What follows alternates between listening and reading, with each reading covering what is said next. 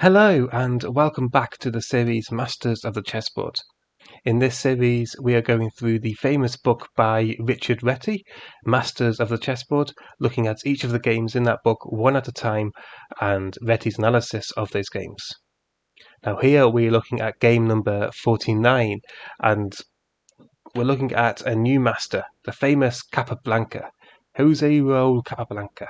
He was born in 1888 in Cuba, became the Cuban champion at age 11, and in 1909 he gained more international recognition by beating the US champion Frank James Marshall, who we've looked at earlier.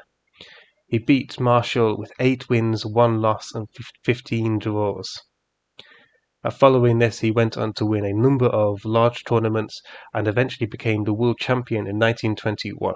Before eventually being dethroned by Alexander Alekhine in 1927.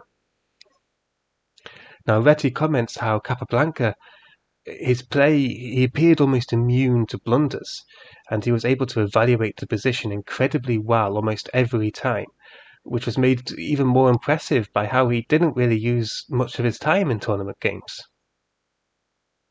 Now, in this game, Capablanca has the white pieces, and he's against Milan Vidmar, who we've already looked at a game of. The game started off e4, e5, knight f3, knight c6, bishop b5, so Capablanca plays into the Ruy Lopez. And Vidmar plays, let's go into this, a6. Now a6 and knight f6, which is the Berlin, counter-attacking this e4 pawn, are the two main defenses to the Ruy Lopez. And the idea of a6 is taking on c6, doubling black's pawns isn't really that good, because it's probably going to end up in quite a draw. We've looked at a game where Lasker faced Capablanca as white and did take on c6 and actually won. But generally speaking, the best move is bishop a4, preserving the bishop pair. And the idea of a6 is that black reserves the chance to play b5 when they need to try and relieve some pressure on the queen side. Now, Reti comments that a defense to the Ruy Lopez at the time of writing his book has never been discovered, and at the time of recording this, it's never really been discovered. The Berlin and a few of the other variations after a6 certainly lead to equal games, but it's not really a concrete defense. And so, because of this, Reti comments that e5 was very rarely played, actually, at the time of him writing the book. Now here, black responds with knight f6 and white castles. Now in the game, we see bishop e7, but Reti does comment that knight takes e4 is an option, and this goes into the open Spanish. And one of the things which I quite like about the Ruy Lopez is it's very principled. The idea is black's king is in the center, black has 2 pieces out to white having castled their king and 2 pieces out. So white has a clear advantage in development, and black has just moved their piece twice in the opening. So the most principled move is d4, counter-attacking in the center, opening the center up. After which b5 is often played, bishop b3, and d5 to defend the knight. And white's going to win back this pawn. Now, Reti comments that this opening has been frowned upon a bit. Reti says that in his day, the open Spanish left quite a lot of weaknesses for black. However, it did give black quite a lot of counterplay. And it is certainly still playable today. It's one of the main lines in the Ruy Lopez. But we don't see that. We see bishop b7 going into the closed Ruy Lopez, which again is one of the main lines. We now see rook to e1. Queen e2 has also been tried a bit in Reti's day. b5, bishop b3, d6, and now c3. So c3 or a4 was necessary here. if black wanted to try and take the bishop pair now, then we could just win this pawn. However, as soon as black plays d6, then this knight a5 move becomes a real threat because we're no longer able to win this pawn, and black is therefore going to win the bishop pair. So as soon as this pawn is defended, white usually wants to try and make some luft. So luft for the bishop, so something like c3 or a4. Or at times a3, but usually a4 is the alternative. Now here, black plays knight a5 anyway. Now, Reti comments that this move, at the time of this game, was considered absolutely necessary here. We're moving the knight away from the c-file, so we can try and push c5, and we're moving it away from the c-file with a tempo on the bishop, because white doesn't want to exchange this bishop. White's going to have to play c2, because this exchange would benefit black quite heavily. Now the idea is that black wants to counterattack in the center. Black wants to push c5 to essentially make it even harder for white to push d4. And also because at the time, if say black castled, d4 was considered to be almost a refutation. It turns out that d4 isn't really that. It is possible, but it doesn't really refute this opening at all. And the reason why black was a bit afraid almost of d4 is because after d5,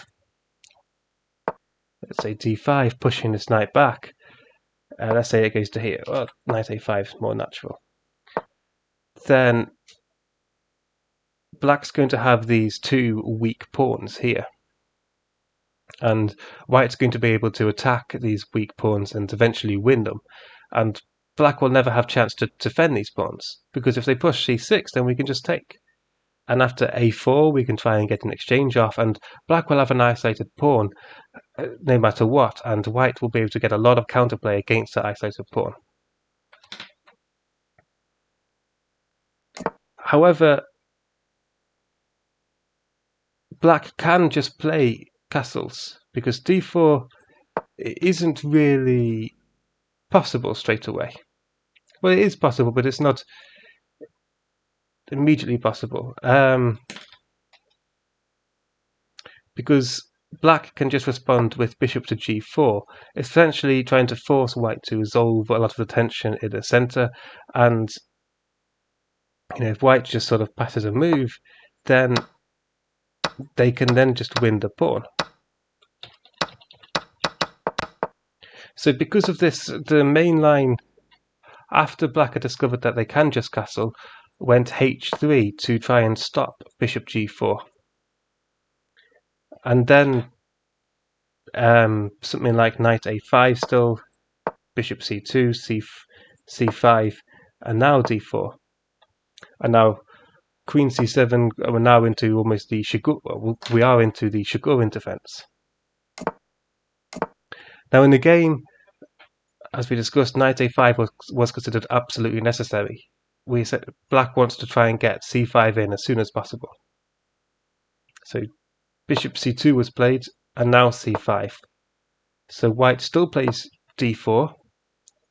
Black plays queen c7, knight b to d2, castles, h3, and knight to c6. And we're basically in the same move order that we looked at before, except when we looked at black castling. When we looked at black castling here, and then white playing h3, we eventually transposed into the same position in the game, except via perhaps a slightly more accurate move order. Now, there have been a lot of games that are still reaching this position today. It's the Shigurin defense. And the idea of this defense is, well, the themes in this defense is there's obviously a lot of tension in the center. And this is the main feature of it. It's incredibly dynamic in the center.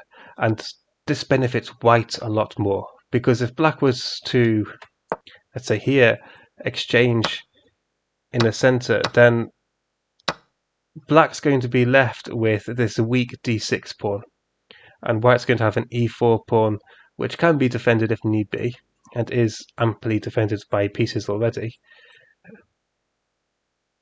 to black's isolated d6 pawn. So black has a pawn weakness and a space disadvantage. So black can't resolve the tension in the center themselves.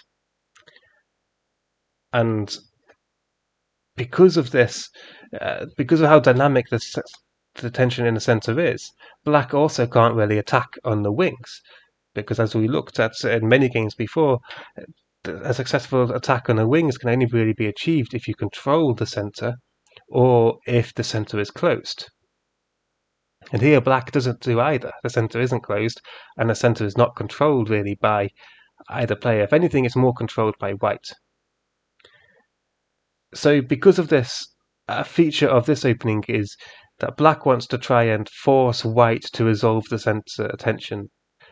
And so knight to c6 was played in the game. So this is immediately attacking the d4 pawn, because now there are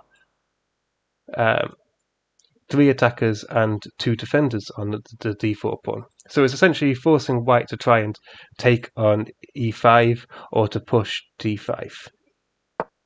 An alternative might be something like bishop d7, and the idea is that if white were to continue with normal developing moves, then black can still try and get this knight on c4. So it's not really wasting any time with the knight. The knight's not going to a5 and then back to c6. It's going from a5 to c4. And now the knight is threatening to win the bishop pair. But in the game we see knight to c6. Now here Reti commented that Lasker had tried to maintain the tension in the center by playing knight f1, essentially trying to sacrifice a pawn, because after c takes d4, e takes d4, knight takes d4 isn't possible, because knight takes d4, queen takes d4, queen takes c2 can be played, and now black is just a piece up. So this is actually a pawn sacrifice. Of course, you wouldn't have to exchange all your pieces there. However, Reti comments that it hasn't really been a good follow-up for white in this variation. So now Capablanca doesn't play knight f1. Capablanca actually pushes d5. That's what knight c6 was trying to provoke, the closing of the center, the resolution of the tension in the center. Now we see knight to d8. Now, Reti comments that in this position, the center is closed and white pieces are far more able to attack on the king side than blacks are able to get to the king side to defend. And because white has the space advantage, primarily because of this d5 pawn, black has even less mobility, so it's going to be even harder for black to swing their pieces over to the king side. Which means that white wants to try and attack on the king side. However, black therefore also wants to try and get counterplay on the queen side. And to do this, they will usually push their pawns on the queen side to try and create some open files. Because once they have the open files, they can then get that effective counterplay on the queen side. Now, here Capablanca plays what at first looks like a counterproductive move, a4, because we know that black wants open files on the queen side, so this is essentially giving black what they want. However, Reti comments that a4 is actually more in accordance to the plan than it looks. Because if white does nothing, if white just tries to attack on the king side, then black can immediately start attacking and getting open files on the queen side, and white won't really be able to stop that. So a4 is essentially an acknowledgement that I can't stop you getting an open file. So what I'm going to do is I'm going to give you the least useful open file possible. And the idea is, after a takes b5, a takes b5, white can just slide their rook across to b1, and yes, black will have the open a file, but all of the ways that black can use this, all of the points of invasion, can be quite easily defended by white. And because the a file is the furthest away from the center, it's also the least useful. And so white basically gives black the a file, but stops black from getting any other open files. And because white can stop black being able to effectively use the a file to their advantage, they're able to essentially shut down nearly all of the black counterplay. Now here, rook b8 should have been played, really. In the game, Vidmar plays b4, and this is incorrect because, well, first of all, that's worth pointing out, this pawn is hanging because you can't take back because you'll lose a rook. Whereas rook to b8 means that you can take back. Now in the game, Vidmar plays b4, and Reti comments that this is incorrect because, as we've discussed, white's aim is to close the queen side. White wants the queen side closed because then they can more readily maneuver their pieces over to the king side, where they can have a clear advantage against black. Now Capablanca, however, doesn't actually choose to close the queen side. Instead, he finds a nice, even prettier follow-up with knight to c4. Now Vidmar here plays a5, and the reason for a5 is after a5 by white, this pawn is going to be a permanent weakness. This is very almost a characteristic feature of the Ruy Lopez, in that white's pawn on a5 is often a lot more defendable than black's pawn on a6. White can defend this pawn a lot easier than black can defend this pawn on a6. And so this pawn on a6 will very often become a weakness for black in the long run. And white can try and get quite a bit of counterplay against this pawn. And also in this position, it may even give white the nice b6 square. So black plays a5, stopping Capablanca from creating that weak a6 pawn. However, now Capablanca finds the very pretty move, knight takes e5. And the idea is, after you take here, you can then fork, because the pawn is defended twice. So he takes on e5. Vidmar responds with bishop a6, threatening to take here, and then potentially take here. We see bishop to b3. D takes e5, and now d6. Bishop takes d6, queen takes d6. So Capablanca is going for that endgame, which he is very famous for.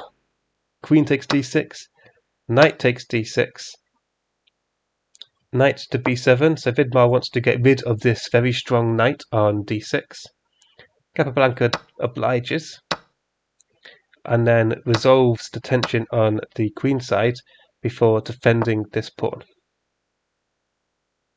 We then see some natural development, and now this is where Reti pauses and evaluates the position again. So we can see how Capablanca has managed to convert the position into a winning endgame. So black has two pawns on the queen side. However, these two pawns are on dark squares, and black has no dark square bishop to defend these pawns. And also note that we've seen this quite a few times, where white has a bishop pair and black has a bishop and knight. One of the main ideas in terms of pawns is to put your pawns on the same color square as the black bishop, to limit the escape of this bishop, and to also limit any outposts by this knight. because then this bishop here will have full free scope of the position. Now here we see h6, we see rook to d1, bishop to c6, rook to c1, bishop to e8, king f2, Vidmar exchanges on d1, and then rook to c8. So Vidmar's hoping to try and gain full control of the c file. We see g4, putting more pawns on light squares and limiting the effectiveness of this knight. Bishop to d7, and now we see bishop to b6, attacking this weak pawn. Now black has no way to really defend this pawn. The only piece they can really wing to its defense is rook to a8, but then after rook c1 and rook c5, this pawn's going to fall. Black just has no way of getting another defender to it in time. So black decides against defending it, knowing that it's not going to work, and instead plays bishop to e6, trying to get the bishop pair. Capablanca accepts this, doubling black's pawns, but then also Capablanca is now able to play rook to d8 check. So obviously forking the rook and the king, so exchanging is forced. And now this is quite an easily won endgame for someone like Capablanca, because after knight d7, bishop takes a5, knight to c5. We see black trying to get some counterplay, but it's ultimately not really going to work. So black's obviously attacking the a4 pawn, and if you try and defend it, black can take the b3 pawn. However, after b3, because Capablanca wants black to take on b3, Capablanca can just take on b4 and then push the a-pawn. And this a-pawn is pretty unstoppable. If need be, the king can, maybe not that way, the king can come out and defend the pawn. Or, if need be, it can be an outside pass pawn, and this king can then come and gobble up all of the other black kingside pawns, whilst the two black pieces are preoccupied with trying to defend against this pawn from queening. So this is, Capablanca's only got a one pawn advantage, but this is now a completely won endgame. And because of that, Vidmar in this position resigned. And so that was game number 49 and the first game of Capablanca. We've got a few more games coming up. So if you like this video, please do like, comment and subscribe. And I hope to see you next time. Thank you for watching.